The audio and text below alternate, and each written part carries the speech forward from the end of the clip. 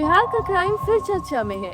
NDA के ही minister Chirag Paswan ने जब खुलेआम नीतीश कुमार पर वार किया तो राजनीति का माहौल गर्म हो गया। आखिर बिहार में क्राइम की हकीकत क्या है और जब गठबंधन के ही बीच टकराहट हुई तो क्या बदला, जानिए फैक्ट्स के साथ आज के इस वीडियो में। नमस्कार दोस्तों, मेरा नाम है पूजा वर्मा और आप देख रहे हैं फैक्ट अड्डा। आज हम बात करने वाले हैं बिहार की लॉ एंड ऑर्डर की, एक ऐसा मुद्दा जो फिर से चर्चा में है और इस बार खुद एनडीए के ही मिनिस्टर चिराग पासवान ने बिहार की मुख्यमंत्री नीतीश कुमार पर हमला बोल दिया है। जी हाँ, और नीतीश कुमार को घेरते हुए उन्होंने एक ऐसा बयान दे दिया जिससे बिहार का राजनीतिक माहौल पूरी तरीके से गर्मा गया है। चलिए पूरी कहानी को कॉन्टेक्स्ट के साथ समझते हैं, फैक्ट्स और फिगर पर भी इस वीडियो में चर्चा कर लेते हैं।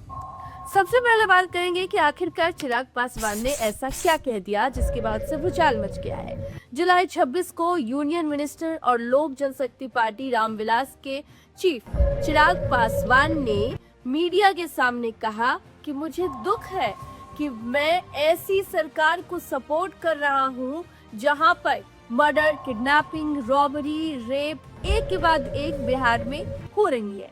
ऐसा लगता है एडमिनिस्ट्रेशन क्रिमिनल्स के आगे बिल्कुल ही नतमस्तक हो चुकी है। मुझे इस बात का दुख होता है कि मैं एक ऐसी सरकार का यहाँ पे समर्थन कर रहा हूँ जहाँ पे अपराध पूरी तरीके से बेलगाम हो चुका है। इस पे नियंत्रण पाना जरूरी होगा, नहीं तो इस तरीके से बिहार और बिहारियों की जिंदगी से होता हुआ खिलवाड़ बिहार को बहुत बुरे अंजाम देगा। या तो फिर इसमें प्रशासन की मिली भगत है और या फिर प्रशासन इसमें लिपापोती करने का कार्य कर रहा है और या फिर पूरी तरीके से प्रशासन निकम्मा हो चुका है और अब इनके बस का नहीं है। ये बयान चिराग पासवान की तरफ से सामने आया। पासवान के स्टेटमेंट के बाद पॉलिटिकल सर्कल्स में जैसे मान लो भूकंप आ गया हो। तो बिहार की लॉ एंड ऑर्डर सिचुएशन की बार बार हेडलाइंस बन चुकी है। आपने कई बार अखबार में जंगल राज टर्न के साथ हेडलाइन सुना होगा।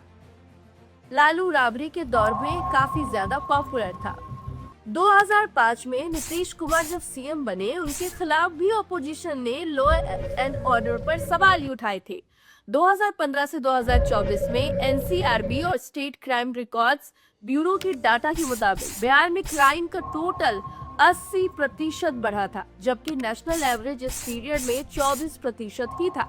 लेकिन यहाँ डाटा ये भी कहता है कि पॉपुलेशन के हिसाब से क्राइम पर लाख लोग अब भी नेशनल एवरेज से कम है। लेकिन रिसेंट इंसिडेंट जैसे 14 दिनों में 50 मर्डर यानी कि जुलाई 2025 तक गया में एम्बुलेंस में गैंग रेप ने लोगों में फिर से डर पैदा कर दिया है। लोग डरे हुए हैं। चिराग पासवान के बयान के बाद से जेडीयू और आरजेडी दोनों ने रिएक्शन दिया।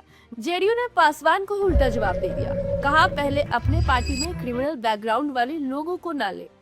आरजेडी के मनोज झा ने कहा सिर्फ स्टेटमेंट देकर नहीं चलेगा, बीजेपी, पीएम मोदी और अमित शाह को भी फैक्ट फाइंडिंग टीम भेजनी चाहिए। तेजस्वी यादव और राहुल गांधी ने भी नीतीश सरकार पर निशाना साधा। तेजस्वी ने कहा कि सीएम होश में नहीं है, उनका कंट्रोल खत्म हो गया है, तो राहुल गांधी ने कहा कि सीएम अपनी कुर्सी बचाने में बिजी है। रूलिंग पार्टी ने बोला अब सरकार स्ट्रिक्ट है, बुलडोजर एक्शन या पुलिस एनकाउंटर भी हो सकता है। नीतीश कुमार के आने पर जंगल राज की इमेज से मुक्ति की बात हुई। इनिशियल ईयर्स में मर्डर, किडनैपिंग में गिरावट भी देखी गई। 2017 नीतीश ने आरजेडी के साथ ब्रेकअप कर बीजेपी से मिलके सरकार बनाई। अपोजिशन ने तब भी क्राइम पर सवाल किया।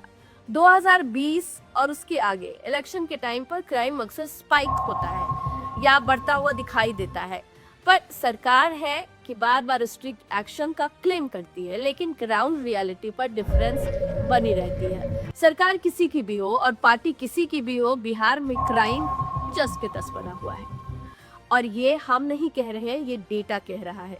बिहार के आम नागरिकों का सवाल है कि हम कितने सुरक्षित हैं।